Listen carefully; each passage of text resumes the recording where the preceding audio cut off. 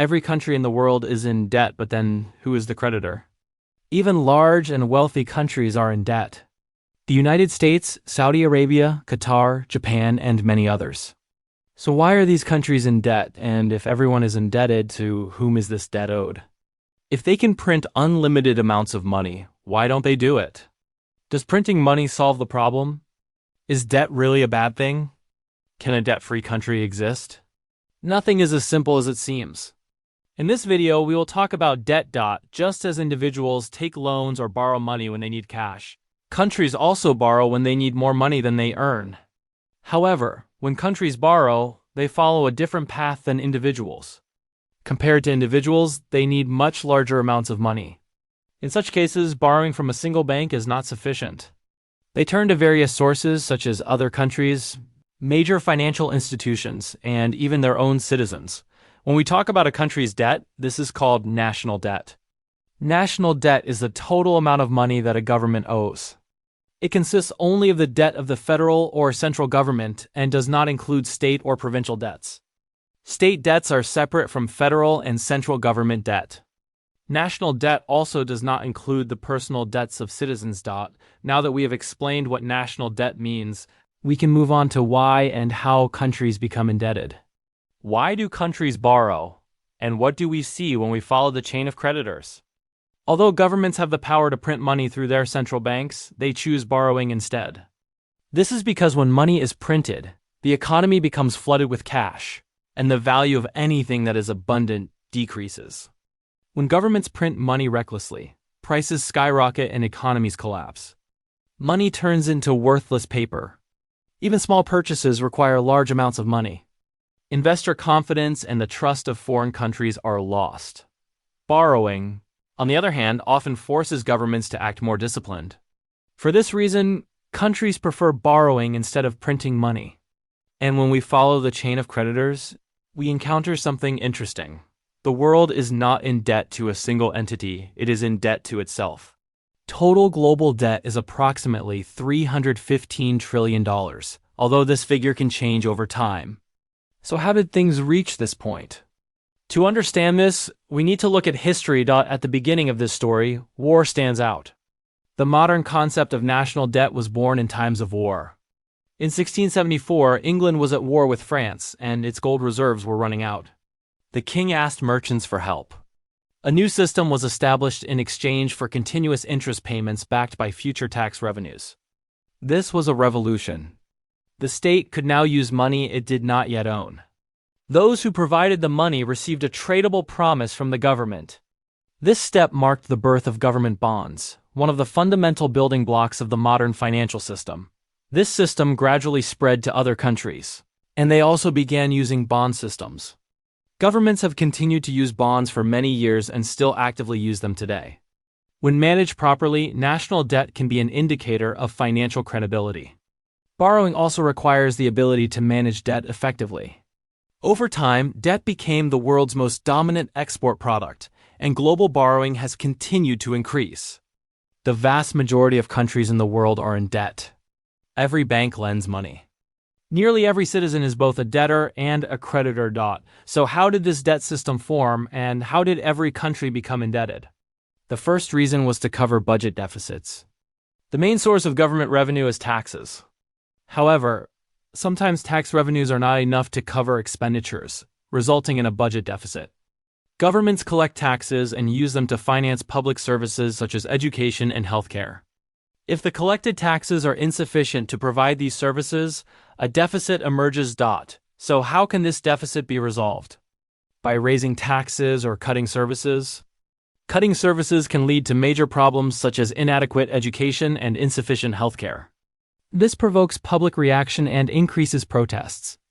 Raising taxes increases the burden on citizens, reduces purchasing power, and directly affects the economy. Therefore, the easiest solution is borrowing. The second reason is investing in growth. Borrowing to meet the needs of citizens is not necessarily a bad thing. It can even be a good thing. Instead of saving money for years and causing people to suffer, borrowing allows governments to deliver services more quickly. Another reason countries borrow is to manage emergencies. Governments may face unexpected situations such as wars, pandemics, and natural disasters. These events affect economies and create a need for resources, but countries may not always have sufficient funds.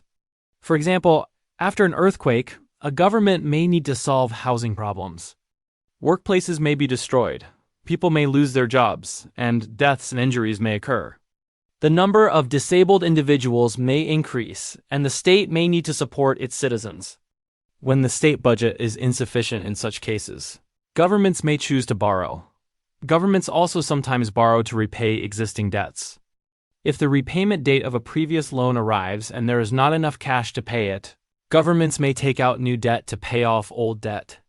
This leads to the formation of a debt cycle. Governments also borrow to control inflation and interest rates. In this case, the main reason is not a need for cash. By borrowing through bonds, governments withdraw money from the market, transferring money from citizens to the state. Spending decreases, which directly affects inflation. When the government sells bonds, the supply of bonds increases and bond yields rise. While printing money increases inflation, borrowing balances demand and interest rates, helping to reduce inflation. As the amount of money in the market decreases, interest rates rise, spending falls, and inflationary pressure is reduced. Governments borrow for all these reasons. So from whom do they borrow? Governments do not borrow from a single source but from many different sources. Domestic sources, foreign sources, and central banks form the foundation of government borrowing. By domestic borrowing, we primarily mean bonds. By purchasing bonds and treasury bills, citizens lend money to the government and receive it back with interest when the time comes. Not only citizens, but also companies, funds, and even state institutions can buy bonds and treasury bills. This is referred to as internal government borrowing. Bonds can also be purchased by foreign individuals, companies, and governments. For countries to sell bonds, their economies must be strong, because investors do not risk their money by buying bonds from countries they do not trust. Countries can also borrow from institutions such as the World Bank and the Asian Infrastructure Investment Bank. These loans are generally used for long-term and large-scale projects. When the borrowing methods we have discussed are insufficient, countries may turn as a last resort to the International Monetary Fund (IMF). The IMF is used to prevent financial collapse in emergency situations. It lends money to countries experiencing crises. While providing loans, it imposes economic programs. It may require countries to raise interest rates, cut spending, or privatize certain sectors. It monitors and reports on economies. The process works as follows. A country cannot find foreign currency. Applies to the IMF. The IMF sets economic conditions. Does not provide the money all at once, but in installments. And if the country fails to meet the conditions, the flow of funds is stopped. The IMF also has more flexible programs and generally implements policies focused on fiscal discipline. Another source from which governments borrow is their own central bank. In this method, government bonds are purchased by the central bank, and new money is created in return. This money then enters the government and the economy. Interest rates fall and spending increases. However, this method also carries risks.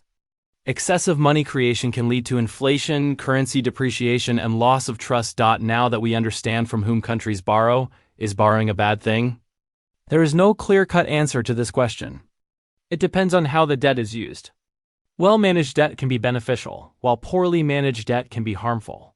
Most countries in the world have debt, but the amount of debt varies. Some countries have high levels of debt, while others have lower levels. Completely eliminating debt may sound appealing, but it does not always lead to positive outcomes. A country without debt has no debt burden and is more resilient to crises. But in practice, being completely debt-free is rarely possible. The absence of debt also has negative consequences. It can slow economic growth, and being unable to borrow when interest rates are low can result in missed opportunities. The financial system weakens. The ideal situation is controlled debt. Controlled and intelligent borrowing is healthier for modern economies. Everyone is in debt because the modern economy is built on debt. A system exists in which debts are continuously rolled over and creditors are part of the system. Today, debt has effectively become money itself.